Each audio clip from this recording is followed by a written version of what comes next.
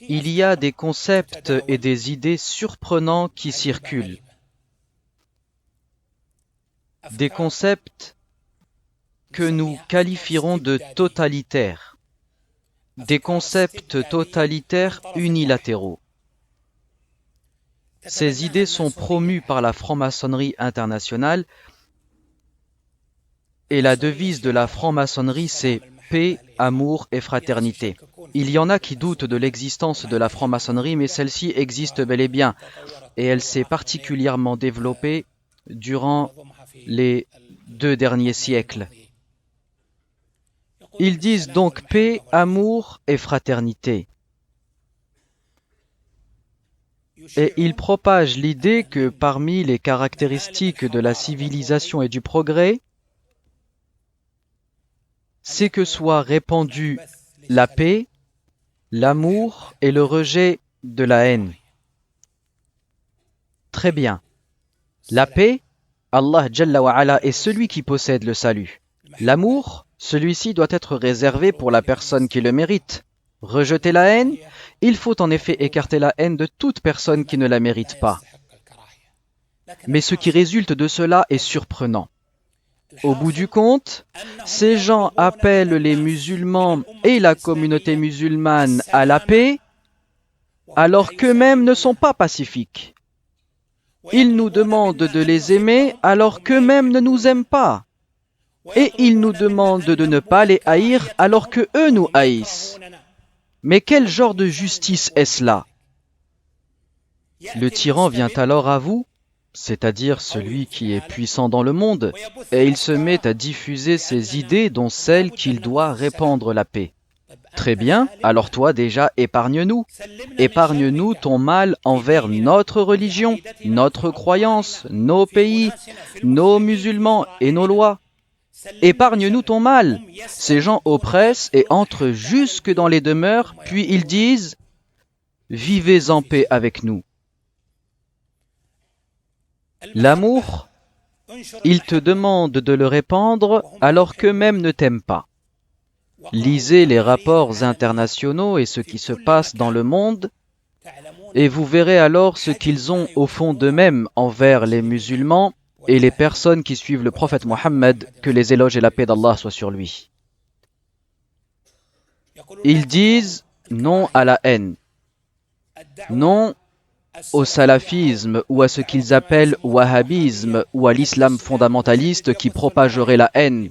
Ah bon? Parce que dans le reste du monde il n'y a que de l'amour peut-être? La personne qui ne te laisse pas comme tu es,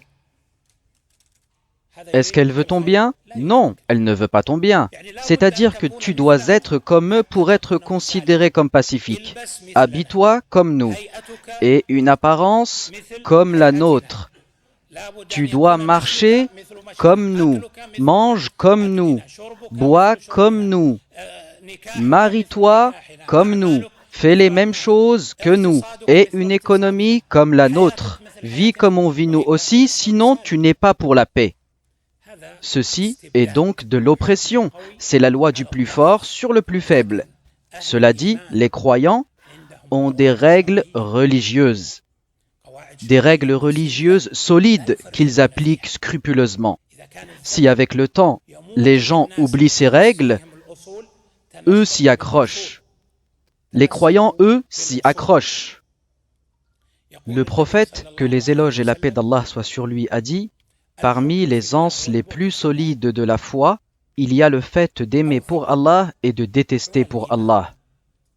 Allah, le très digne et le tout-puissant, a dit: les croyants et les croyantes sont alliés les uns les autres. Ce sont là donc des fondements religieux. Allah, le Très-Haut, dit aussi: ceux qui s'opposent à Allah et à son messager seront parmi les plus humiliés.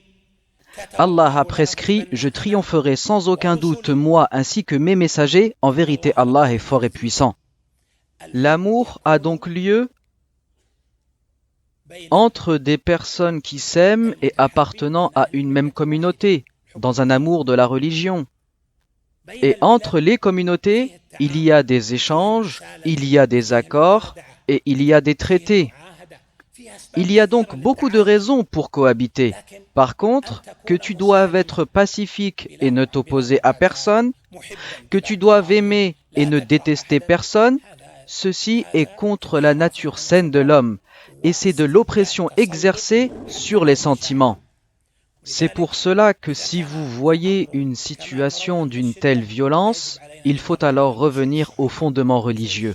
Ces fondements te donnent la conviction que c'est Allah, le très digne et le tout-puissant, qui nous a légiféré comment doivent être nos sentiments. Comment doivent être nos sentiments qu'Allah a légiféré. Qui est celui qui sait le mieux à qui nous devons nous allier et à qui nous devons nous opposer? C'est Allah Jalla wa Ala qui dit dans le Coran: Allah connaît mieux vos ennemis et Allah suffit comme protecteur et Allah suffit comme secoureur. Allah le très digne et le tout-puissant savait donc mieux que son messager qui sont nos ennemis. Il les a alors détaillés et celui qui les a détaillés c'est Allah qui dit: c'est ainsi que nous fîmes à chaque prophète un ennemi parmi les criminels et ton Seigneur suffit comme guide et comme soutien. Il y a des gens qui se sont opposés à Allah et à l'ange Gabriel. Allah dit: quiconque est ennemi d'Allah, de ses anges, de ses messagers, de Gabriel et de Mikaël, Allah est alors l'ennemi des infidèles.